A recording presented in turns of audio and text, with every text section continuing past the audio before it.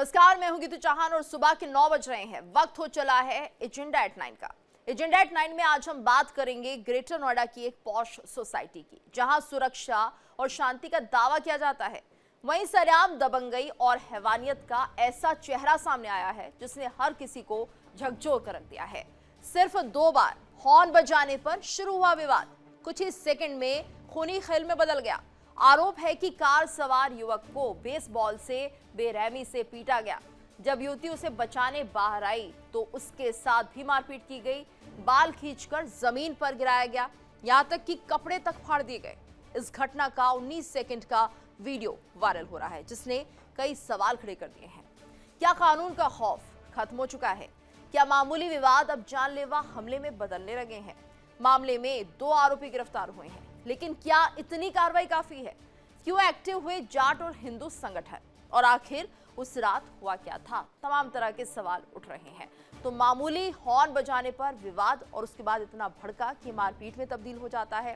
Car रोककर हमला किया गया, बेसबॉल से बेरहम तरीके से पिटाई की गई, युवक को घेरकर पीटा गया। 19 सेकंड का ये वीडियो जो वायरल हो रहा है जिसमें साफ देखा जा सकता है किस तरह से बर्बरता की गई है। और इतना ही नहीं, लड़कियों को भी नहीं बख्शा गया। बचाने आई युवती को बाल पकड़कर गिराया गया, कपड़े फाड़ने और अभद्रता का आरोप भी लगा है। दूसरी युवती के साथ भी मारपीट की गई है, तो वीडियो डिलीट कराने का आरोप भी है। पिटाई के बाद मोबाइल से क्लिप हटवाए गए। तो ये पूरा मामला सामने आया है और ऐसे में अब संगठनों का थाने पर प्रदर्शन हो रहा है। जाट और हिंदू संगठन पहुंच गए हैं। आरोपियों पर सख्त कार्रवाई की मांग की जा रही है। राष्ट्रीय अध्यक्ष मनु चौधरी दांतल का बड़ा बयान भी सामने आया है। पीड़िता की मां ने न्याय की गुहार लगाई है। मारपीट के बाद वीडियो जबरन डिलीट कराने का आरोप भी लगा है। तो लगातार ये मामला बढ़ता हुआ दिखाई दे रहा है और इस मामले में अब पुलिस का एक्शन भी तेज हो चला है, जिसमें कि 2 आरोपी गिरफ्तार कर लिए गए हैं और बाकियों की तलाश की जा रही है।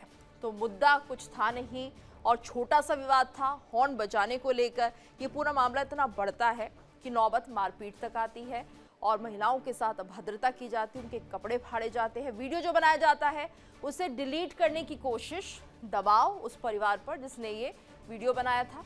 और तमाम सवाल अब इसको लेकर उठने लगे हैं। कानून व्यवस्था को लेकर सवाल उठ रहे हैं।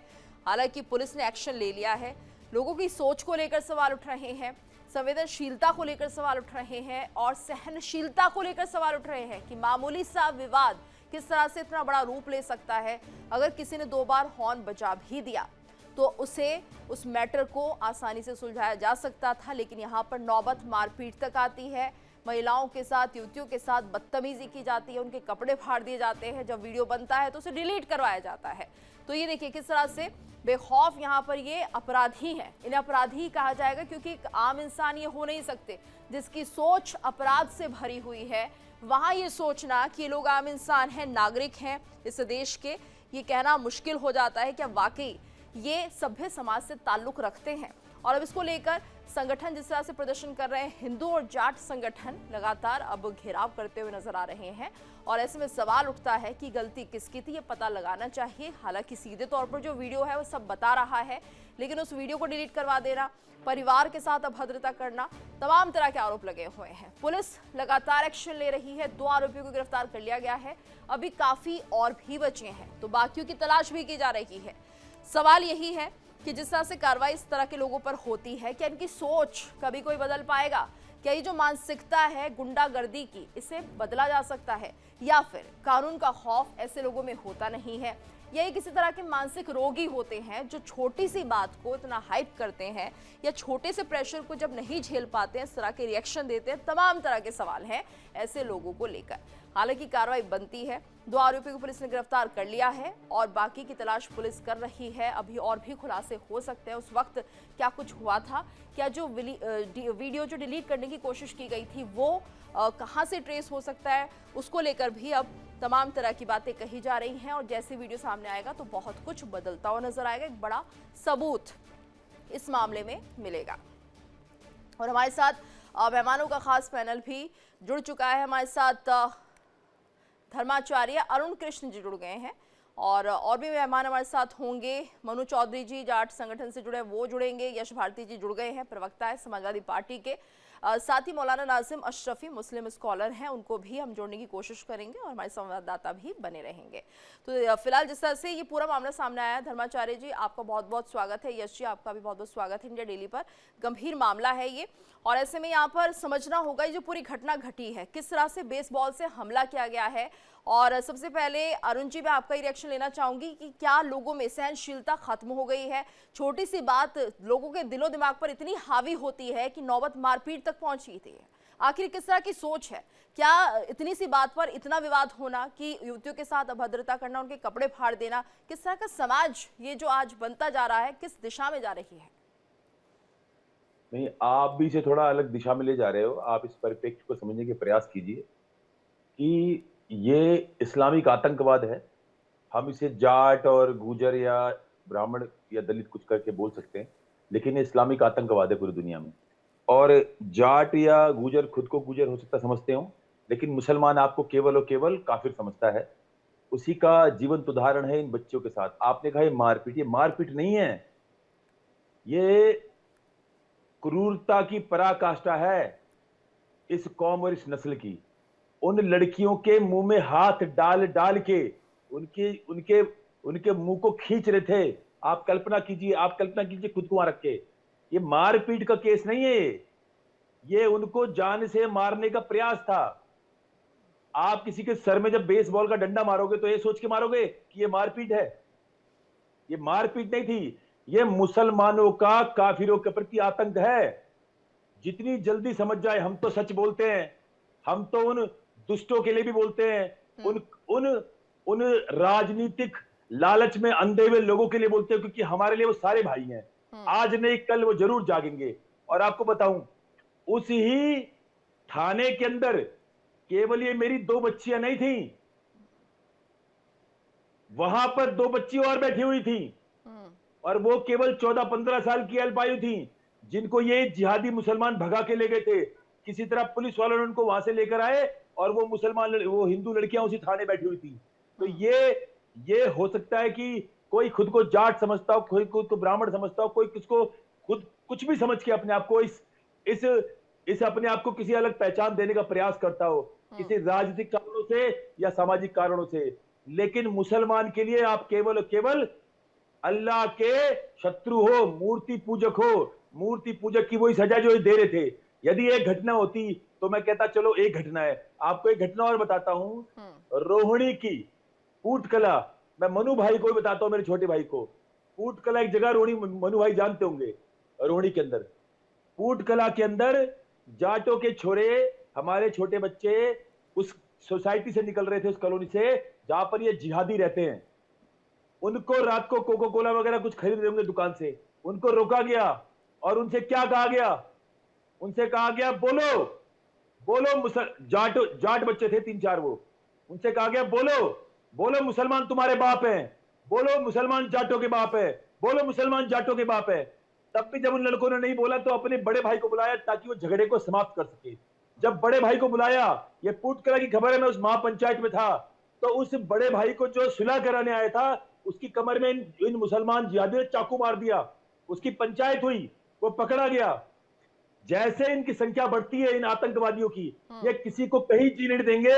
यह हमें समझने की आवश्यकता है।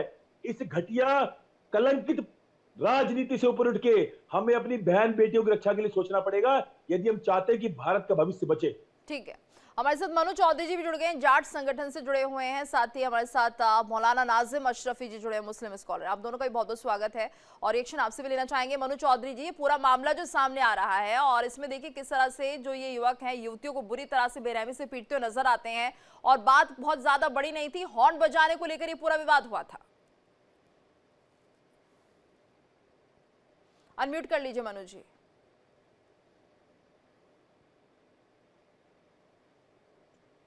जी बोलिए।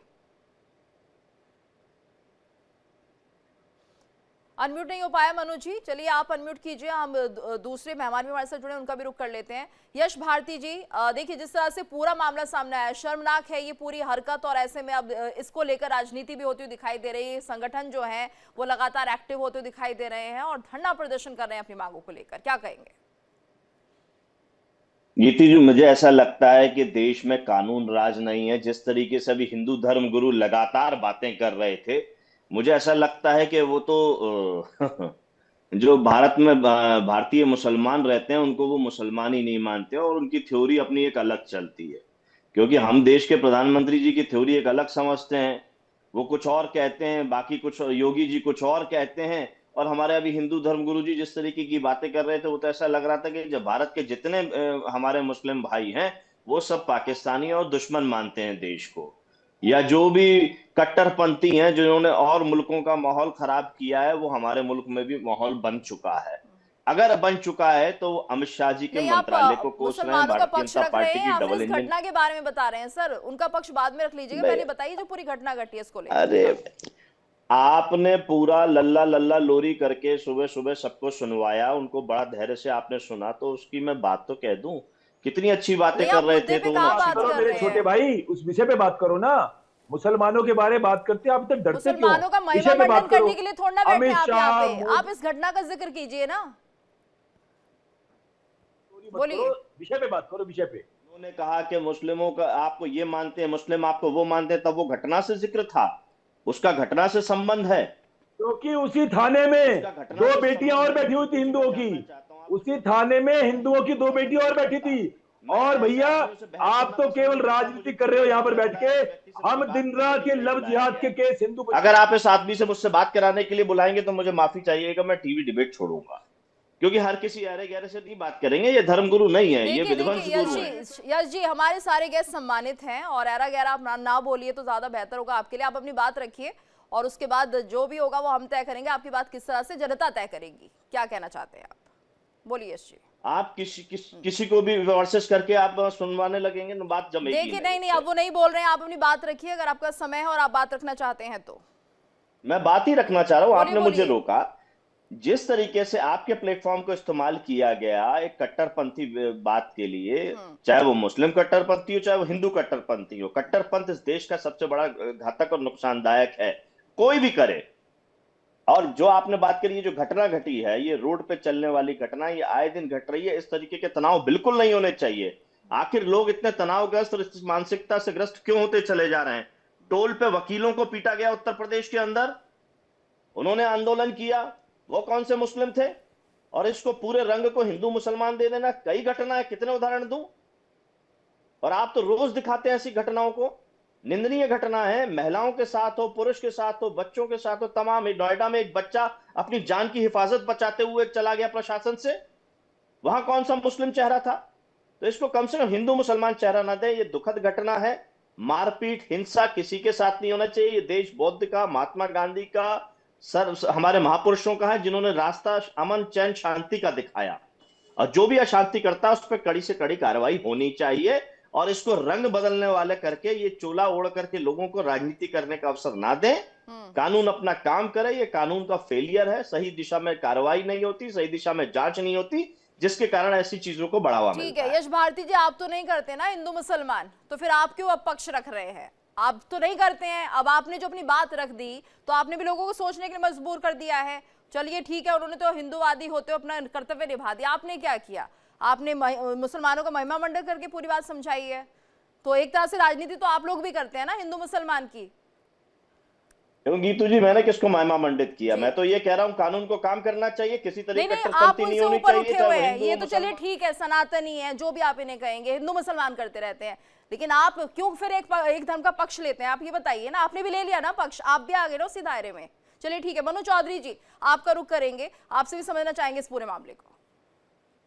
देखिए, ये घटना मानवता को शर्मसार करने वाली है। 20-22 साल की दो बेटियां जो अपने अपार्टमेंट से खाना खाने के लिए निकल के जाती हैं और खाली साइड ना मिलने की वजह से हॉर्न बजाने को लेके जो विवाद शुरू होता है, उनको गाड़ी से निकाल के बेसबॉल के बल्लों से पीटा जाता है, उनके कपड़े फाड़े जाते हैं।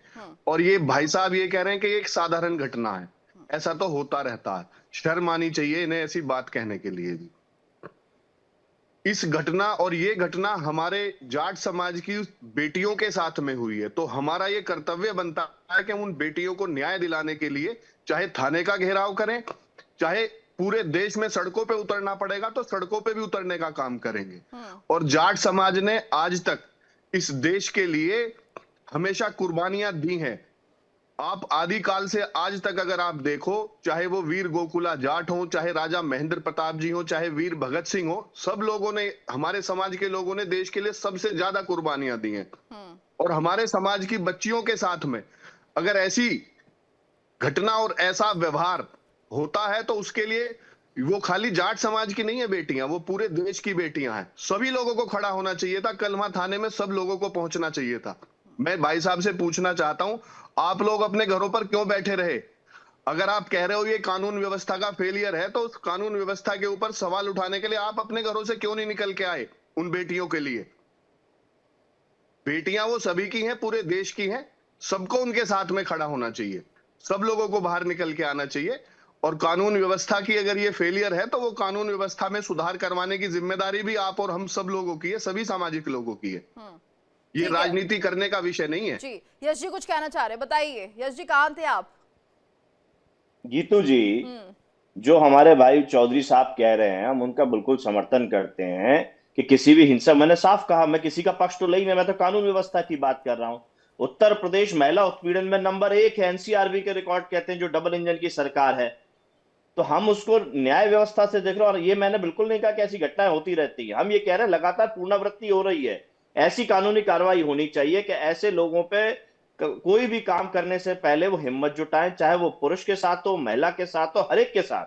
ये महिलाओं के साथ होता है तो और कठोर निंदनीय है, लेकिन अगर ये पुरुष के साथ भी होता है तो भी निंदनीय है। मैंने इसीलिए उदाहरण दिया कि टोल टैक्स में वकीलों के साथ में ये घटना घटती है। तो कहीं भी जिस तरीके की हिंसा की घटनाएं बढ़ रही हैं, क्योंकि गीतू जी ने मुझसे सवाल किया कि लोगों ने अपना पैशंस खो दिया है, बात बात पे घर अपने करना, उन्होंने इस बात को जिक्र किया कि छोटी सी घटना हुई और उसको इतना बड़ा रूप दे दिया गया, हॉर्न बजाने को लेकर के विवाद हुआ। तो आखिर लोग अपना पेशेंस छोड़ रहे हैं, इतनी हिम्मत कर कैसे पा रहे हैं कि छोटी घटना से शुरू होकर के वो इतनी बड़ी घटना बन जाती है। अगर कानून ठीक ढंग से अपना पालन करेगा, कानून ठीक तरीके से जांच करके कार्रवाई करेगा, तो ये एक नजीर पेश होगी। आगे लोगों के ऊपर ये हिम्मत नहीं जुटेगी कि इन सब चीजों पे कार्रवाई करें। लोगों को लगे कि कानून का राज है, हुड़दंगियों का राज नहीं है। और लगातार ये हुड़दंग हम नोएडा की सड़कों पे, दिल्ली की सड़कों पे, उत्तर प्रदेश की सड़कों पे देख रहे हैं। जो आंकड़े बता रहे हैं, बच्चों के साथ के अपराध नंबर 1 उत्तर प्रदेश में, महिलाओं के साथ उत्तर प्रदेश में नंबर 1 घटना है।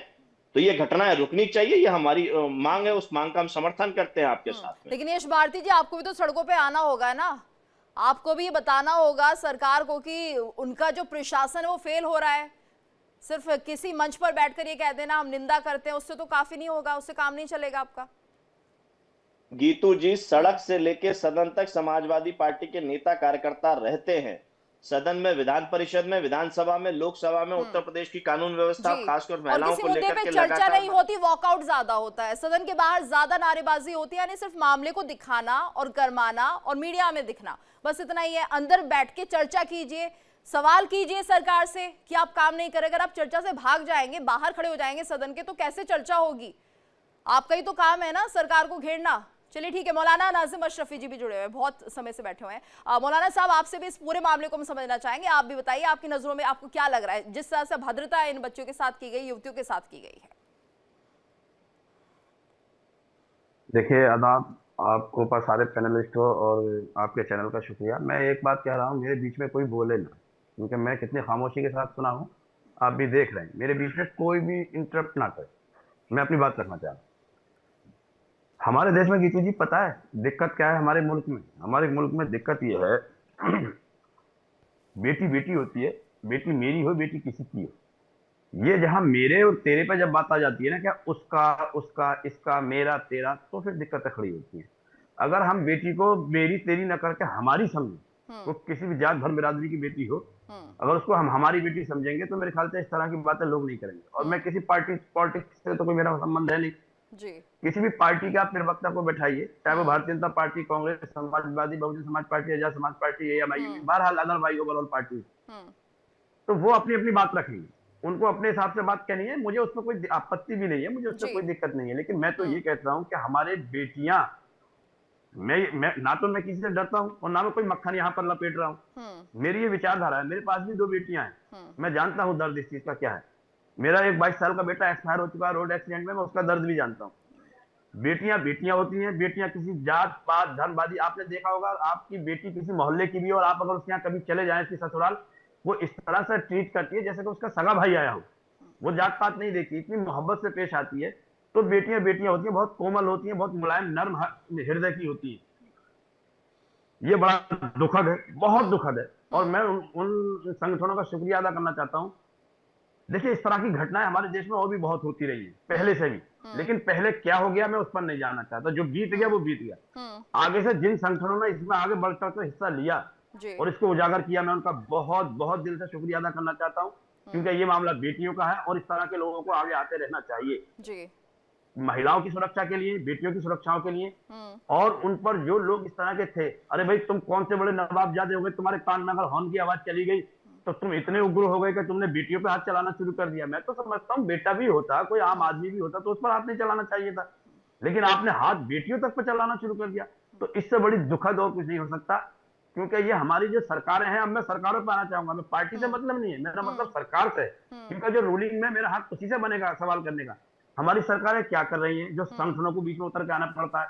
हमारा प्रशासन कहाँ खोया हुआ है। अगर उसी चीज पर प्रशासन कार्रवाई करेगा, पुलिस कार्रवाई करती, तो जो ये हमारे भाई लोग वहां गए हैं, इन्होंने जो मतलब मेहनत की है, वहां जाके जो इन्हें मतलब फेस टू फेस होना पड़ा पुलिस प्रशासन के, ये सब की जरूरत किसी की नहीं होती और ना आगे से किसी की हिम्मत होती।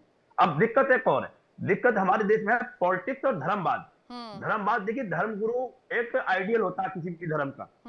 धर्मगुरु सनातन का हो, धर्मगुरु मुस्लिम का हो, अगर वो अपने जुबान से जहर उगलेगा, जैसे कि अभी पीछे बीते 2-3 दिन पहले हम जर्जीस की एक तकरीर पर हम लोग सब डिबेट में बैठे थे।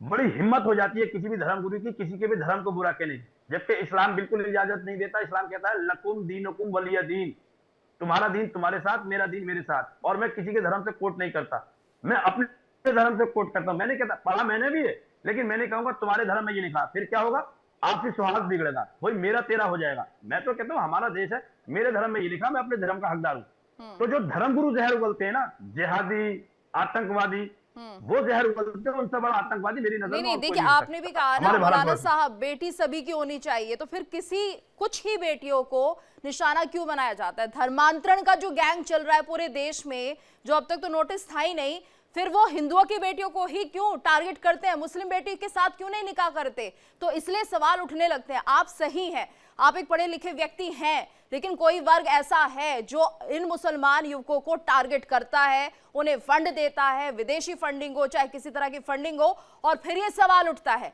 कि वो हमारी बेटी यानी हिंदू लोगों की बेटियों को बेटी नहीं मानते हैं। सिर्फ उन्हें झूठ बोलकर इन बेटियों से शादी करनी होती है, इनका धर्म परिवर्तन कराना होता है। चलिए आपने शादी भी कर ली, तो कम से कम धर्म परिवर्तन मत कराइए, उसे हिंदू धर्म में रहने दीजिए, उसे अपनी पूजा पाठ करने दीजिए। तो सवाल वहां से उठने लगते हैं। देखिए मैं वही कहता हूँ, अभी गीतू जी आप ही के सामने बुरके पे डिबेट हुई थी, कांवर लाने वाली महिला के जी जी बिल्कुल। तो उस महिला ने किसी हिंदू लड़के से शादी कर ली, तो मुझे क्या दिक्कत है? मैंने यही कहा कि उसके ऊपर बुर्का हो या साड़ी। मैं वही कह रही हूँ कि आप जैसे पढ़े लिखे लोग जब बैठते हैं तो एक अलग सोच रखते हैं, लेकिन जब कुछ लोग वाकई टारगेट करते हैं हिंदुओं को, तो इस तरह की बातें भी उठती है। अब लास्ट कमेंट ले लेती हूँ, 30 सेकंड्स का समय दूंगी। धर्माचार्य अरुण जी, आप 30 सेकंड्स में अपनी बात रखिए। देखिए, मैंने 3 घटनाएं बताई आपको, लेकिन जो सपाई पार्टी का प्रवक्ता बैठा है, इसने सबसे पहले भगवा को टारगेट किया। 3 घटनाएं बताई। एक ही थाने में 4 बच्चियां बैठी थी मुसलमानों से पीड़ित, एक ही थाने में, और वहां पर मनु चौधरी जी उपलब्ध थे, इन्हें पता है इनको। मनु चौधरी के सामने की बात है, मैं अकेला नहीं था वहां पर। और आप थाने थाने पुलिस स्टेशन जाके देखो, लव जिहाद से हिंदू बेटियां इन जिहादियों आतंकवादियों से इतनी पीड़ित हैं। हम लड़ते हैं इसलिए जानते हैं, ये तो बिके हुए लोग हैं। इनका क्या है, कहीं से प्रवक्ता की छोटी सी कुर्सी मिल गई तो ये अपने धर्म के गद्दार बन चुके हैं। लेकिन हम तो बोलेंगे सत्य, और सत्य है कि मुसलमान, अरे ये मुसलमान पूरी दुनिया में केवल आतंकवाद है। चलिए 30 सेकंड आपके लिए भी, आप भी अपनी बात रखिए, बोलिए। क्या भाषा बोल रहे हैं, क्या भाषा बोल रहे हैं? जिस जी आप बात, ये धर्मगुरु का चोला ओढ़ करके, धर्मगुरु का चोला ओढ़ करके सभी मुसलमान एक जैसे नहीं होते, लेकिन कुछ तो है ना जो पूरी तरह से हिंदू लड़कियों को टारगेट कर रहे हैं, जो विदेशों से फंड लेते हैं और 4-4, 5-5 बेटियों के साथ, और पढ़े लिखे डॉक्टर्स हैं। आप ये भी तो देखिए। यस जी। कुछ टीवी चैनल देश में तनाव बना रहे हैं या गलत एंकरिंग, गलत नहीं, आप इस रिपोर्टिंग पर कर रहे बोलिए हैं। ना, आप इस पर बोलिए। नहीं है क्या? आप बताइए ना, केजीएमयू में जो हुआ आपको नहीं लगता कुछ ऐसे मुसलमान हैं जो वाकई उन क्या पता उन युवकों को भी टारगेट किया जा रहा है, उन्हें बताया जा रहा है कि हम तुम्हें पैसे देंगे, तुम हिंदुओं की लड़कियों को यहाँ पर झूठ बोलकर फंसाओ, तो आप इस चीज को नकारते हैं क्या? यस जी। गीतू जी, जब तक आप खुद कह रही हैं पता नहीं, जब पता नहीं तो कम से कम ऐसी रिपोर्टिंग मत कीजिए। ठीक है, आपका व्यू मैंने देख लिया, अगर आपको पता होता तब बताइए। जो तनाव हुआ है, जो गुंडागर्दी हुई है, उस पर आप नहीं बोल पाएंगे। जो लगातार मनु जी, लास्ट एक्शन आपका ले लेती हूँ सर। देखिए, आज मैं आपके इस चैनल के माध्यम से बस दो बातें कहनी चाहता हूं।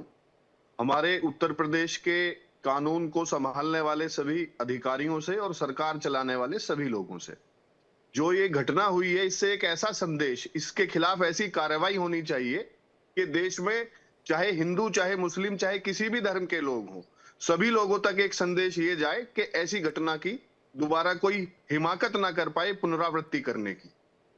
जी, ऐसी कार्रवाई इन दोषियों के खिलाफ इसमें होनी चाहिए। बिल्कुल। और यहाँ इसी के लिए हम सब लोग सड़कों पर उतर रहे हैं। सरकार पर भी सवाल उठ रहे हैं, प्रशासन पर भी, कि इस तरह की जो खबरें हैं वो दोबारा से पुनरावृत्ति ना हो, इसको लेकर अब चर्चा होने लगी है।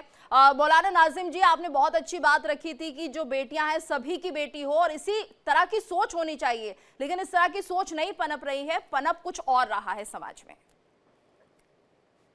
नाजिम जी, देखिए, मैं फिर वही बात कहना चाह रहा हूँ। मैं उन जो लोग वहां पहुंचे, मैं उनका बहुत हिंदी में क्या कहते हैं, वो हृदय से धन्यवाद करना चाहता हूँ, बहुत शुक्रिया।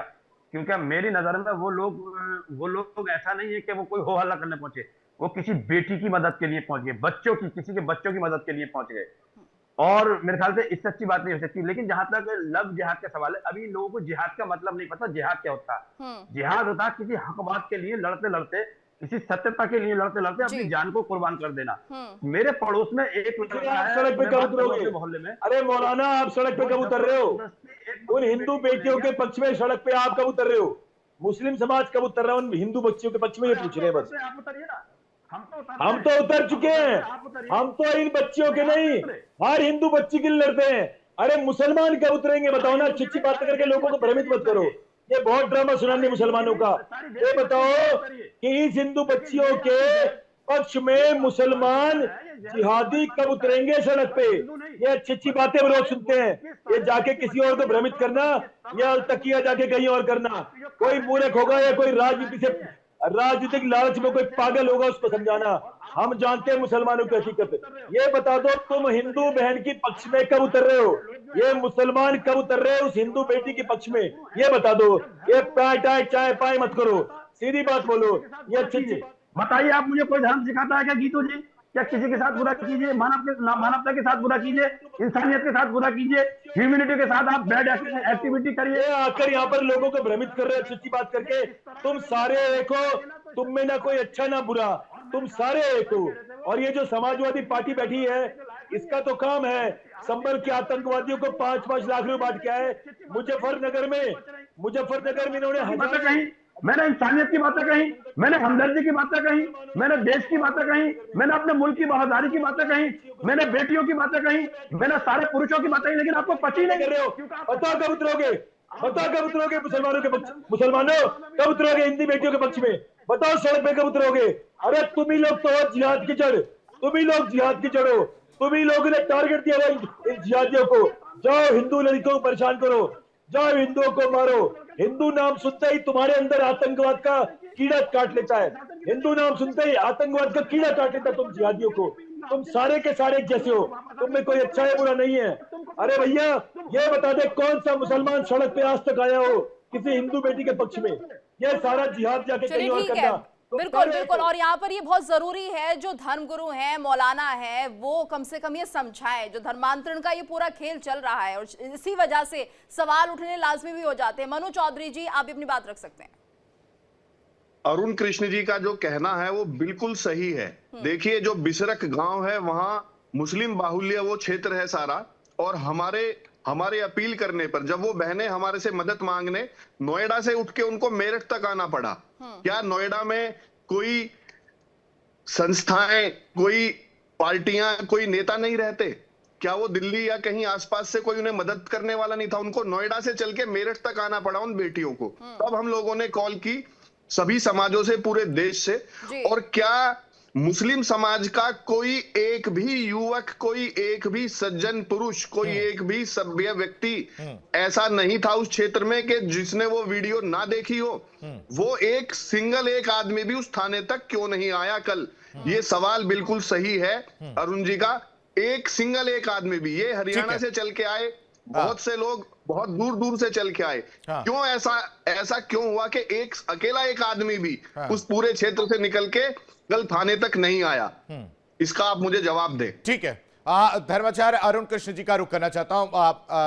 धर्माचार्य जी देखिए, ये लगातार एक दिन की बात नहीं है, और ये मैसेज या उस मानसिकता को लेकर सवाल भी उठना यहां पर लाजमी हो जाता है कि जहां पर इनकी संख्या ज्यादा होगी वहां पर ये इस तरह से खुलेआम गुंडागर्दी करते हुए नजर आएंगे। देखिए, हम लोगों को जाति में बांटा जाता है। हाँ। और मैं मनु भाई से बोलूंगा कि निडरता से बात बोलें। और ये किसी एक थाने का केस नहीं है, ये घर घर का केस है। आप बताइए कोई दुनिया किसी जगह जहां पर ये कन्वर्टेड रहते हो, इन्होंने किसी और दूसरी विचारधारा को पनपने का अवसर भी दिया हो? ठीक है, जवाब लेते हैं। ठीक है, अच्छा जवाब लेते हैं मौलाना नाजिम अशरफी साहब। दूसरी विचारधारा नहीं पनप सकती है, और जहां पर आपकी संख्या होगी वहां पर इस तरह से खुलेआम गुंडागर्दी की जाएगी क्या? देखिए, मेरी विचारधारा की बात तो यह है, जब नेपाल में हमारे एक भाई की हत्या कर, उसमें बांग्लादेश में हमारे भाई की हत्या की। सुनिए मेरी बात, सुनिए नाजिम साहब, आपने मेरी बात नहीं सुनी। मैं ये कह रहा हूं कि जहां आपकी संख्या ज्यादा होगी, जहां आप लोग ज्यादा होंगे, वहां पर क्या खुलेआम गुंडागर्दी चलेगी क्या? नहीं, खुलेआम गुंडागर्दी तो देखो हो ही रही है हमारे भारतवर्ष में। कानून व्यवस्था इतनी लगातार कर रहा है। पहलू खान, अखलाक, तबरेज, नासिर, जुनैद सबके साथ हो रही है, और इन्होंने भी ये सब कितना बड़ा, मैंने कितनी अच्छी अच्छी बातें कही। किसने किए? मुजफ्फरनगर में दंगे किसने किए?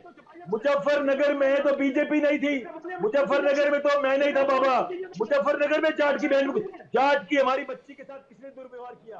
मुजफ्फरनगर तुम्हारी बच्ची का, तुम इतने जहरीला इंसान हो कि तुम जैसे लोग ही तो देश में मुझे तुम जिहादियों का सच बोले हैं, हम तो जहरीले हैं। तुम्हारी मार खाए तो हम सच हैं। पूरी दुनिया में इस्लाम केवल आतंकवाद के लिए जाना जाता है। पूरी दुनिया में इस्लाम की केवल एक पहचान है, आतंकवाद, बम, अल्लाह। तुम जैसा नारी तो डसा है ना, तुम जैसा मुफ्ती को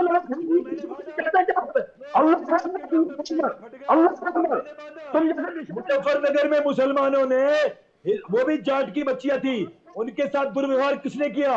मुजफ्फरनगर में हिंदुओं को किसने मारा दंगों में?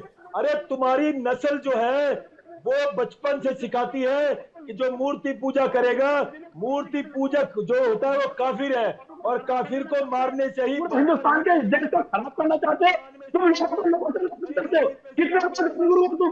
मुझे कितने धर्मगुरु हो तुम कोई धर्मगुरु नहीं हो, तुम खाली ढोंगी आदमी हो। तुमने जो खाली चौथा खाते, अगर धर्मगुरु होगा, पूरी दुनिया में इस्लाम को नंगा करके रहेंगे हम। इस्लामिक आतंकवाद को पूरी दुनिया में नंगा करके रहेंगे हम, और नंगा हो चुका है। और तुम जिहादियों को पूरी दुनिया में नहीं, भारत के एक एक युवा को बताएंगे कि यदि इस देश को सुरक्षित करना है तो इस इस्लामिक आतंकवाद से, इस इस्लामिक आतंकवादी तुम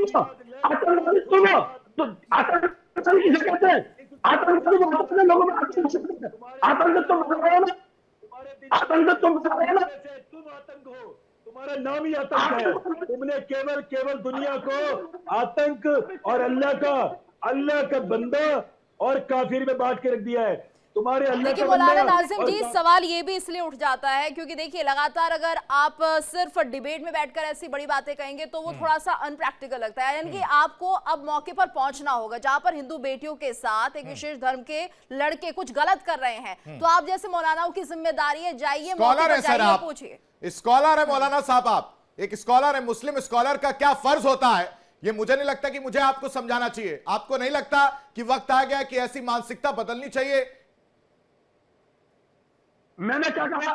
मैंने कहा शुक्र अदा करता हूं लोगों का जो बच्चों की रक्षा के लिए वहां पहुंचे। कि ये अच्छी बात अच्छी नहीं लगी। ये अच्छी बात सुनने कर सकते हैं। आप थे नहीं, मैंने गीतू दीदी कहा था मैं उन सभी दलों का, सब संगठनों का, उन लोगों का। लेकिन सर एक्चुअली जो मामले हैं ना वो इतने बढ़ रहे हैं कि यकीन करना मुश्किल हो रहा है कि जब मंचों पर बैठे हुए मौलाना बड़ी बड़ी बातें करते हैं तो क्या जमीन पर वो सब बातें नहीं होती है, पीछे कुछ और होता है। इसलिए बहुत ही लाजमी हो जाता है किसी घटना के होने का इंतजार आप क्यों करते हैं मौलाना साहब?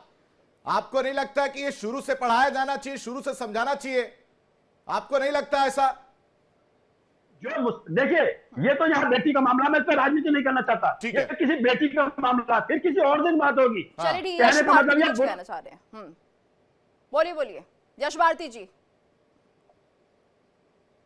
देखिए मनु जी, आपके चैनल की तरफ से बताया गया था ये जो दुखद दुर्घटना हुई है इस पे चर्चा होनी है, पर मुझे लगता है कि यहाँ इस्लाम पे और हिंदू मुस्लिम पे जितना तनाव वाली चर्चा होनी चाहिए वो चर्चा हो रही है। मुझे बोलने दीजिएगा आप। आशीष भाई बीच में आए हैं, बहुत अच्छा है, स्वागत है, आप ही का चैनल है। लेकिन हम देख रहे हैं कि जो हमारे भाई मनु चौधरी जी की जिनसे अपील है, जिनके खिलाफ में ये बात हो रही है, थाने में जिसके कारण प्रदर्शन के लिए गए, वो सरकार है, सत्ता है, वो कहाँ है पैनल में? वो कहाँ है? भाजपा के लोग कहाँ हैं? कहाँ गायब हैं? सवाल तो उन्हीं से होगा, निर्णय तो उन्हीं को करना है, सरकार उन्हीं की है, डबल इंजन ट्रिपल इंजन की सरकार है उनकी। गुड गवर्नेंस की बात वो करते हैं, जीरो टॉलरेंस की बात वो करते हैं, तो उनसे सवाल ना होकर के हम किसी धार्मिक व्यवस्था पे सवाल करे जा रहे हैं लगातार। आपकी तो मजबूरी समझ रहा हूं यश भारती साहब, आपकी मजबूरी समझ रहा हूं मैं, और कोई बड़ा चेहरा आपके पास है नहीं, कर लीजिए आपको जितनी राजनीति करनी है। आप लोग स्टैंड क्यों नहीं ले पाते जब हिंदू बहन बेटियों के साथ इस तरह से होता है? तब आप लोग क्यों नहीं बोल पाते? आचार्य जी, अब आप देख रहे हैं उनकी बातें। देखिए, आप कभी भी हिंदू मुसलमान को एक करके देखते हैं, ये कभी भी ये जो बड़ी सरल सी लाइन है, बोल देना हिंदू मुसलमान कर रहे हैं, हिंदू मुसलमान कर रहे हैं, मजबूरी क्या है? यहाँ इस्लामिक विचारधारा दूसरों को जीने का अधिकार नहीं देती है। अगर मैं बात बोल रहा हूँ, यदि किसी एक घटना की बात हो तो मैं बोलूँ अरे ये डरते हैं योगी सरकार से, ये उनके ये चोला उनके सहयोग के लिए पहले हुए हैं, दिन में कुछ, रात में कुछ, शाम को कुछ। ये बहरूपी है रावण भी। अरे रावण तेरा बाप था क्या? अरे रावण तेरा बाप था क्या? रावण तेरा बाप था क्या था? ये घटिया लोगों ने किया था, जो समाज में घटियापन। यश जी देखिए, ये तो चलिए ठीक है, आपको ऐसा लग रहा है कि आपने कह दिया कि प्रवक्ता है, ये तमाम तरह की बातें, लेकिन आप तो विपक्ष में हैं, आपकी जिम्मेदारी क्या है? सदन के अंदर चर्चा उठाइए ना कि कानून व्यवस्था खराब हो गई उत्तर प्रदेश में, बोलिए वहां पर। आप क्यों नहीं सरकार को घेरते हैं? यश जी आप बताइए, कौन से माननीय अखिलेश यादव जी ने कब प्रेस कॉन्फ्रेंस नहीं करी, कब विधानसभा, विधान परिषद और लोकसभा में उत्तर प्रदेश की कानून व्यवस्था पर सवाल नहीं उठाया गया? आवाज उठाइए उन बेटियों के लिए जो लगातार प्रताड़ित हो रही है, और उन लोगों के लिए भी जो उन्हें प्रताड़ित कर रहे हैं, वो किस तरह से धर्मांतरण का खेल होता है, उसके लिए भी आवाज उठाइए, हिम्मत है तो। बहुत छोटा सा उदाहरण देता हूं मैं। आप समाजवादी पार्टी के ऑफिशियल पेज पे जाइए, चाहे फेसबुक पे, ट्विटर पे, इंस्टाग्राम पे या अन्य प्लेटफॉर्म्स पे, और जाके पुराने प्रेस कॉन्फ्रेंस और पुरानी चीजें देखिए, धरना प्रदर्शन देखिए। महिला सभा ने महिला के अधिकारों के लिए काम किया है। अब ये दिखाना और बताना तो आपका काम है। आप जैसे दिखा और बता रही हैं, ऐसा लगता है समाजवादी पार्टी कोई काम ही नहीं करती। जो कह रहे हैं मनु जी कि आप थाने नहीं पहुंचे, क्यों नहीं पहुंचे आपकी पार्टी से कोई भी वहां पर? आपके चैनल से पहुंच गया था व्यक्ति। आप सर, हम तो उठा ही रहे, ये बहुत आसान हो गया ना। एक मिनट में मैं यश भारती जी आपसे मैं पूछना चाह रहा हूं, मुझे बता दो, हर बार मीडिया पर सवाल उठा देना आपका चैनल, अभी क्या चल रहा है? ये मुद्दा तो हम ही लेकर आए ना, हम ही बात कर रहे हैं, आपने क्या किया? और अगर आप सवाल उठा भी रहे तो जाना चाहिए था। मनु चौधरी साहब, घुमा फिरा के समाजवादी पार्टी आप पर ही आ रही है और साथ ही साथ आचार्य जी पर भी कह रही है। देखिए, मैं बिल्कुल स्पष्ट एक बात आज आपके चैनल के माध्यम से इस देश के हर एक नागरिक को, सभी लोगों को बिल्कुल स्पष्ट रूप से कह देना चाहता हूं कि हमारे जाट समाज ने इस देश की आजादी के लिए, इस देश का मान सम्मान बढ़ाने के लिए हमेशा अपनी कुर्बानियां दी हैं। हर एक आदमी कान खोल के सुन ले, अगर हमारे समाज की किसी भी बेटी के, किसी बेटे के साथ में दोबारा ऐसी कोई पुनरावृत्ति इस तरह की घटना की अगर हुई तो हम लोग बर्दाश्त नहीं करेंगे। पुलिस अपना काम करे, नहीं तो हमारा समाज खुद ऐसे जाहिल लोगों का, ऐसे जानवरों का इलाज खुद करने का काम करेगी। मौलाना नाजिम साहब कुछ ये हर एक बात, हर एक व्यक्ति इस बात को सुन ले। आशीष जी, मुझे बोलने दें, मेरे बीच में इंटरप्ट ना करना। मुझे तो ऐसा लग रहा है कि जैसा आप आए, मुझे बहुत कुछ अभी बीच में आ गए, लेकिन लगा कि जो दूसरे धर्मगुरु बने बैठे हैं, जो कि है नहीं, शायद इनको बुलाने आप आए। शायद जीतू जी बहुत इतना बड़ा कांटन नहीं कर रही थी इनके पक्ष में, तो आप आ गए थी। ये देखो, हमारे देश में दिक्कत क्या है, ये जैसे विषैले नाग बैठे हैं ना, जो दूसरे आपने धर्मगुरु बना के बैठाए हुए हैं, ये जहर घोल रहे हैं। इन्हें अच्छी बात अच्छी नहीं लगी। इस आतंकवादी को देखो, मैंने 4 घटनाएं बताई, 4 घटनाएं। इस आतंकवादी को देखो, इस आतंकवादी को 4 घटनाएं बताई मैंने। यदि आप लोगों को विश्वास ना हो तो आप पूट कला जाके रोहड़ी में देखिए, मुसलमानों की जैसे संख्या बढ़ी, वहां के जो लोकल जाट है उनसे कितना इंसाफ जलाओगे? मैं 10 घटना बताऊंगा, 10 इंसाफ जलाओगे तुम? है तुम्हारी हिम्मत? का जिहादी, ये भगवा जब तक जिंदा है तुम्हारा जिहाद चलने नहीं देंगे इस देश में। अरे जिहादियों, जब तक ये भगवा है, इस भगवा का तुम्हारे कितने बड़े बड़े अब्बू हैं, वो अब्बू चले गए, तुम भी चले जाओगे। इस देश की मिट्टी पे, इस देश की तुम बिगाड़ नहीं पाएंगे हम आतंकवादियों। खुद गाली दो भगवा को, भगवा को गाली केवल दानव देते हैं, दानव जो दानव प्रवृत्ति के हैं, लालची गद्दार, केवल वो भगवा गाली देते हैं। हमने भगवा पहना है, गाली भी सुनेंगे, लेकिन अपनी बहन बेटियों की रक्षा के लिए हर प्लेटफॉर्म पे जाएंगे। वहां भी पहुंचे थे, पूट कला भी पहुंचे थे, और जब तुम बदल गए हमसे कर लेना, जिस हमसे मिलकर हमसे कर लेना, जब तुम बदल गए हम नहीं, जब तुम बदल गए तो फ्लाइंग को मिलकर हमसे कर लेना, हमें नहीं सकते तुम, हमें नहीं सकते। तुम्हारी हलक में डाल देंगे हम, तुम्हारा आतंकवाद तुम्हारी हलक में डालेंगे। तुमने हमारी बहन बेटियों को लव जिहाद पे फंसा के, तुमने हमारी बहन बेटियों को लव जिहाद में फंसा के तुम्हें लगता है तुम जीत जाओगे? तुम्हारा सर कुचला जाएगा सांपो, जितने तुम गद्दार हो, जो हमारी बहन हमला कर रहे हो। ठीक है धर्माचार्य जी, एक उनको बात अपनी कंप्लीट करने दीजिए। रुक जाइए 1 मिनट प्लीज धर्माचार्य जी, 1 मिनट। मौलाना साहब कुछ कहना चाह रहे थे, उनकी बात कंप्लीट होने दीजिए, फिर मैं आता हूं। मौलाना साहब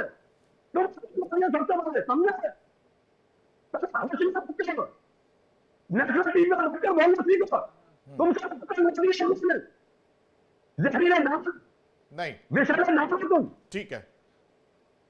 ठीक है यश भारती कुछ कहना चाह रहे हैं, आता हूं धर्माचार्य जी आपके पास आता हूं। यश भारती जी बोले नहीं तो वो कहेंगे कि हमें बोलने का मौका नहीं मिल रहा। यश भारती साहब। नहीं देखिए, आपकी चैनल से जो बताया गया था कि 20 मिनट का कार्यक्रम है, उसको आपने एक्सटेंड कर दिया, और एक्सटेंड करने के बाद भी मसला आप हिंदू मुसलमान चला रहे हैं, जबकि जो हमारे साथी जाट संगठन से हैं, मधु चौधरी जी मुसलमान चला रहे हैं, फिर इसमें धर्म कौन खोज रहा है? कोई गुंडागर्दी कर रहा है, उसमें धर्म कौन, किसने खोजा? आप ही लोग तो शुरू करते हैं सर। हमारा तो काम है उस मुद्दे को आपके सामने रखना। यश भारती साहब कैसी बात कर रहे हैं? अब मैं बोल लूं या आप बीच में बोलेंगे? नहीं सर, आप जहां गलत बोलेंगे वहां मैं टोकूंगा। तो आप टोकिए, दर्शक तय करेंगे क्या सही क्या सर। गलत। दर्शक उन्हीं दर्शकों ने उन्हीं जनता जनार्दन ने चुना है जिसको चुना है, और उन्हीं दर्शकों ने इतना प्यार दिखाया है इंडिया डेली पर। एक आध लोगों की वजह से हमें फर्क नहीं पड़ेगा सर। जी आप अपनी बात रख लीजिए, फिर मौलाना जी भी कुछ कहना चाह रहे हैं, बोलिए। न्याय की बात हम सभी लोग कर रहे हैं। जो अन्याय हुआ है उस पर कानूनी रूप से पूरी तरीके से सरकार को न्याय देना चाहिए, कानून व्यवस्था का काम होना चाहिए, किसी भी तरीके के कानून टूटने का काम नहीं होना चाहिए। और भारतीय जनता पार्टी का पक्ष रखने के लिए यहाँ व्यक्ति नहीं है, तो आप बखूबी उसका पक्ष रखवा रहे हैं। ये जो रावण रूपी, जो बाबा राम रहीम, जो आसाराम बापू के मर्यादा में रहिएगा यश जी, हमारी भी बाकी मेहमानों से भी यही गुजारिश है, थोड़ा शब्दों पर थोड़ा रहम कीजिए। बोलिए। आए थे जिन्होंने समाज में दुर्गंध फैलाई और अपने आप को विद्वान बताते थे, ऐसे किसी भी व्यक्ति से मैं चर्चा नहीं करना चाहता। हाँ, जो अच्छे धर्मगुरु हैं, जो समाज में संदेश दिए हैं, जिन्होंने भगवान श्री कृष्ण के, श्री राम के, महावीर जी के, बौद्ध के, जिन्होंने समाज को दिशा दी है, हम उन सबके समर्थक हैं, उन सबके साथ हैं। चाहे वो हमारी निंदा करे तब भी हम उनके साथ में, चाहे वो हमारी आलोचना करे, लेकिन अगर समाज को सुधार की तरफ ले जाते हैं, उनका स्वागत है, उनकी वाणी का स्वागत है। यहाँ पीड़िता को न्याय मिलना चाहिए, परिवार को न्याय मिलना चाहिए। किसी भी घटना में, दुर्घटना में कानून का काम होना को देखो, 2% के प्रवक्ता को देखो, 2% की पार्टी का पक्ष 4 पैसे की कमीज पहन के 2% का प्रवक्ता, रावण, ये 2% का प्रवक्ता जो बैठा है, तेरा बाप रावण होगा। अरे को चोला उड़ा करके आपने बैठा दिया। ये जो रात में कुछ और रूप में दिखेंगे, दिन में कुछ और रूप में रहेंगे, ये बहरूपियों के साथ मैं चर्चा नहीं करना चाहूंगा। ये घटिया मानसिकता के साथ। अभी तू रावण की औलाद है, रावण की औलाद। आचार्य जी सुनिए आचार्य जी, देखिए आप पर ये आरोप लग रहे हैं, हिंदू धर्म पर ये आरोप लगते हैं, बीजेपी पर ये आरोप लगते हैं कि वो हिंदू मुस्लिम कराते हैं। आपके पास क्या सबूत है कि यहाँ पर जो मुस्लिम युवक है या मुस्लिम धर्म से जुड़े लोग हैं वो ही इस तरह की घटनाओं को अंजाम देते हैं? वो सबूत इनको दीजिए, तब थोड़ा समझ में आएगा इनको। ये जो माइंडसेट बनाया हुआ है उसको लेकर ये सवाल उठा रहे हैं, हालांकि इनका भी खुद का माइंडसेट बना हुआ है। ये तो सपाई चाटुकार है, इनका तो मजहब है केवल वोट। ये तो बिक जाएंगे। इन्होंने मुजफ्फरनगर दंगे करवा के बहुत सारे जाट भाइयों को मरवाया। ये तो बिके हुए गद्दार है। ये इनका कोई धर्म ईमान नहीं है। ये तो अरे बिके हुए यशी। तुम हो, तुम्हारा तुम जैसे मानसिकता के लोग हैं। बाबा राम रहीम के गुरु हो तुम, उन्हीं के बात को आगे बढ़ा रहे हो। रावण की औलाद है, रावण की औलाद। ये रावण की औलाद क्या बोलेगा? ये 2% का प्रवक्ता क्या बोलेगा? 2% विद्या से बच्चों का कत्ल किया। आसाराम बापू के चेले हो तुम। अरे घटिया आदमी। आसाराम तेरा बाप है क्या? आसाराम तेरा बाप था क्या? अरे रावण की औलाद, आसाराम तेरा बाप है क्या? वो दिख रहे नहीं, आसाराम बाप तुम्हारा होगा। यही भाषा कर सकते हो। तुम्हारे को ना तमीज है, ना धर्म गुरु जैसी बात। ठीक है, नहीं ठीक है, थोड़ा संयम में आराम से, हाँ, एक दूसरे अरुण का। कृष्णा जी, मुझे लगता है कि कुछ चीजें हमें संयम रखना चाहिए। साथ ही साथ यश भारती साहब, आपसे भी यही मैं उम्मीद करता हूं, मौलाना आपसे भी मैं यही उम्मीद करता हूं। हमारे साथ मनु चौधरी बने हुए हैं, मनु चौधरी का रुख करते। देखिए मनु चौधरी, ये आज की घटना नहीं है और ना ही आज की तस्वीर है, और मैं ये भी गारंटी दे रहा हूं कि इसके आगे भी कुछ ना कुछ देखने को मिलेगा। इस तरह की मानसिकता का प्रभाव जो है वो देखने को मिलेगा। आचार्य जी रुकिए, किस तरह थोड़ा सा समय दीजिए मनु जी को भी। ठीक, आ रहा हूं आचार्य जी, आ रहा हूं, मैं आपके पास आ रहा हूं, लेकिन मनु चौधरी सवाल है। आज आप लोगों ने जो ये चर्चा की है, इसके लिए बहुत बहुत धन्यवाद आपके चैनल का। लेकिन मैं यही कहना चाहूंगा कि इससे कुछ ना कुछ ऐसा निष्कर्ष हमें आज निकालना चाहिए कि ऐसा संदेश पूरे देश में जाए, हर एक व्यक्ति तक जाए कि ऐसी घटना की दोबारा पुनरावृत्ति ना हो, और इनके खिलाफ ऐसी कड़ी कानूनी कार्रवाई इन दोषियों के खिलाफ हो कि कोई दोबारा उस कार्रवाई को देख के ऐसी हिम्मत दोबारा कोई ना कर पाए, ऐसी घटना दोबारा पुनरावृत्ति करने की। ठीक है, ऐसा कोई संदेश इस कार्यक्रम के माध्यम से आप निकल के जाना। साथ देंगे ना मनु चौधरी का? अब तो यहां स्टैंड लेंगे ना आप? नहीं, आप देर से आए, मैं उनकी हर बात का समर्थन कर रहा हूं। कानून का राज होना चाहिए। योगी जी मुख्यमंत्री हैं, मुख्यमंत्री को कानून का अमल करना चाहिए। गृह मंत्री भी वही हैं। और ये राजनीतिक बात नहीं है, ये तो सरकार है। जैसा आदरणीय हमारे मौलाना साहब मुस्लिम स्कॉलर ने कहा, जिसकी भी सरकार होगी सवाल तो उससे किया जाएगा। जिसकी भी सरकार में घटना होती, हमारा पूरा जाट समाज उसके साथ में समर्थन में खड़ा होता। आके सामाजिक संगठन को आगे क्यों आना पड़ा? क्योंकि सरकार का फेलियर दिख रहा है, यहाँ पे कानून का राज नहीं दिख रहा है, इसीलिए उनको मांग करने आगे आना पड़ा। और ये अकेले जाट की बच्ची नहीं है, ये समाज की बच्ची है। ये आज किसी एक समाज के साथ है, कल किसी दूसरे समाज के साथ। चौधरी साहब, मुझे लगता है यश भारती को आपको याद दिलाना चाहिए। मैं याद दिलाऊंगा तो उन्हें बुरा लग जाएगा, जैसा कि अभी तक उनको लगता आ रहा है कि समाजवादी पार्टी की सरकार में किस तरह का कानून का राज था, किस तरह की व्यवस्थाएं थी, वो किसी से छिपा नहीं है 2017 से पहले। और अब वो कह रहे हैं कि कानून। अरे सर, एनसीआरबी की रिपोर्ट देखिए आप और उसके बाद बोलिए। मनु चौधरी साहब, याद दिलाइए इनको किस तरह से समाजवादी पार्टी की सरकार में जो माफिया थे वो किस तरह से एक्टिव थे, किस तरह का सड़कों पर किस तरह से बहन बेटियां चलती थी, डर के माहौल में जीती थी। वो समय भी याद होगा ना आपको यश जी? हमें तो याद है वो वक्त, आपको भी याद है क्या? पहले से बहुत बेहतर है, इसमें हम कोई शक की बात नहीं है। आज उत्तर प्रदेश में पहले के मुकाबले कानून व्यवस्था बेहतर है। भारतीय जनता पार्टी की सरकार, जो मौजूदा सरकार है, उससे सवाल कौन करेगा? लेकिन बिल्कुल सही कह रहे हैं आप, कि पिछली सरकार से है उनकी मांग, बिल्कुल सही कह रहे हैं आप कि पिछली सरकार से है। यश भारती जी, आप बिल्कुल सही कह रहे हैं। ये जिम्मेदारी आज सरकार की है। जो लोग, जिनकी सरकार आज है, वो ही कानून व्यवस्था को दुरुस्त तरीके से चलाने की जिम्मेदारी उन्हीं लोगों की है, और उन्हें इसके ऊपर कार्रवाई, कड़ी से कड़ी कार्रवाई करनी चाहिए। लेकिन पहले से ठीक है, हम बहुत अच्छा कानून व्यवस्था के दम पे ही आज उत्तर प्रदेश में योगी जी की सरकार चल रही है। हर एक व्यक्ति का यही कहना है कि कानून व्यवस्था बहुत बेहतर है। लेकिन उसके बावजूद भी अगर ऐसी घटनाएं हो रही हैं तो इसे हम इसकी क्या तारीफ करें? इस घटना के लिए हम क्या बोलें? ये जिम्मेदारी किसकी है? सरकार की भी जिम्मेदारी है, पुलिस के अधिकारियों की भी जिम्मेदारी है, और इसमें मौलाना साहब और आप जैसे सब लोगों को भी ऐसी घटनाओं में सड़क पे आके बाहर निकलना चाहिए, घरों से बाहर निकलना चाहिए। धर्माचार्य खाली बढ़िया बातें करने से काम नहीं चलेगा। अरुण कृष्ण महाराज जी, देखिए सवाल समाजवादी पार्टी का हो या चौधरी साहब का, वो तो यही कह रहे हैं कि भाई साहब अभी जो सरकार है उसकी जिम्मेदारी बन जाती है। हालांकि वो ये भी कह रहे हैं चौधरी साहब कि पहले की सरकार में किस तरह की गुंडागर्दी थी और उससे बेहतर हुई है कानून व्यवस्था। अरुण कृष्ण, देखिए ऐसा है आशीष विजय जी, आप मेरी बात को मत मानो। आप हमारे ही दिल्ली में प्रीत सिरोही नाम का जाट बालक है, आप उससे पूट कला की घटना के बारे पता करना कि जाट पूरा कितने मुसलमानों से परेशान है। मुझे मत कोट करो। आपके पास संपर्क सूत्रों का बड़ा लोकप्रिय बच्चा है हमारा प्रीत सिरोही। आप अगली डिबेट में जोड़ के देखना और देखना कि पूटकला रोहिणी में इन जिहादियों से जाट समाज कितना परेशान है। मैं उस महापंचायत के अंदर भी था। मुजफ्फरनगर में जो दंगे हुए, जाटों को मारा गया, किसने मारा? मैंने मरवाया, मौलाना जी। आप याद रखना। ये देखो, ये सपाई बैठा हुआ है जो रावण का। मौलाना जी, यही पीड़ा है जो निकलकर सामने आ रही है, जवाब देना चाहेंगे आप? ये आदमी इतना बेशरम आदमी है। अरे सर, इतना आप जवाब दीजिए ना, जो वो मुद्दे गिना रहे हैं उनका आप काउंटर कीजिए ना कि नहीं हुआ ऐसा। आप बोल दीजिए कि नहीं हुआ, अगर नहीं हुआ है तो कुछ उस पर जवाब दीजिए ना। नहीं सुनना चाहता। आप मुझे बताइए क्या मुद्दे हैं। बता तो रहे हैं आपको मुजफ्फरनगर में क्या हुआ था, बता तो रहे हैं आपको रोहिणी में क्या हुआ था। पूरे देश में आतंक फैलाना चाहते हैं। अभी जोड़िए प्रीत सिरोही को, अभी जोड़िए प्रीत सिरोही को और पूछिए प्रीत सिरोही से, मुसलमानों ने, अरे जिहादी आतंकवादी तक हम जिंदा है, जिहादियों का कारोबार। मेरे वीडियो से मुझे देखिए मैं कहां खड़ा हूं, मुझे देखिए कहां खड़ा हूं मैं, मुझे देखिए ना मैं कहां खड़ा हूं। हर की जगह मैं खड़ा मिलूंगा। तुम्हें तो मैंने आज तक नहीं देखा कहीं भी। अरे तो तुम्हें मैंने देखा ही नहीं कहीं। मैंने तुम्हें देखा। मैं तुम्हें जानता ही नहीं, तुम हो कौन? अरे मैं तुम्हें जानता ही नहीं, मैं तो तुम्हें जानता हूँ। सारे जिहादियों को जानता हूँ मैं।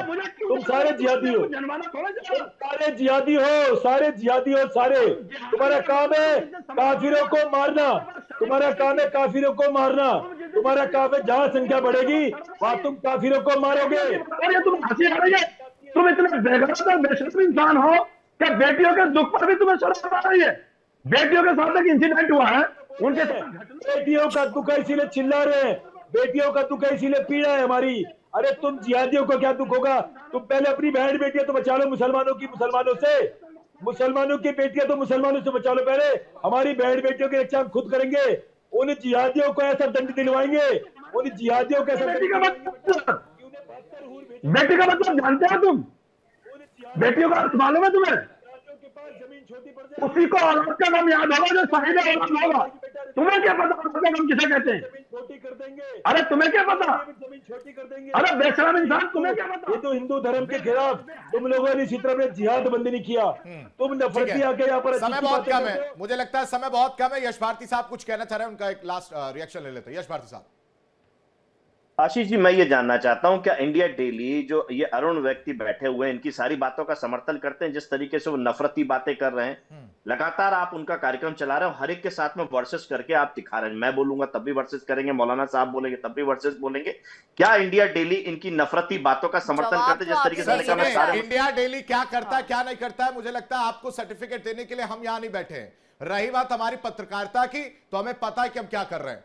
ना हम किसी जिहादी सोच को समर्थन देते हैं, ना ही नफरती बातों को समर्थन देते हैं, और ना ही किसी विशेष पार्टी के लिए हम खड़े होते हैं। हमारा काम है हर एक मुद्दे को उठाना जो जरूरी है, जनता के बीच जाना, ताकि कई राजनीतिक पार्टियां उस पर रोटियां सेकती हुई नजर ना आए। समय बहुत कम है, वरना मैं इसका जवाब और बेहतर और ज्यादा आपको देता। फिलहाल हमारे साथ जुड़ने के लिए बहुत बहुत शुक्रिया आप सभी मेहमानों का। देखिए इंडिया डेली 24/7 अब आपकी स्मार्ट टीवी पर। इंडिया डेली मौजूद है सभी डिजिटल प्लेटफॉर्म पर लाइव और लगातार। इंडिया डेली 24/7 हर दिन राष्ट्र को समर्पित।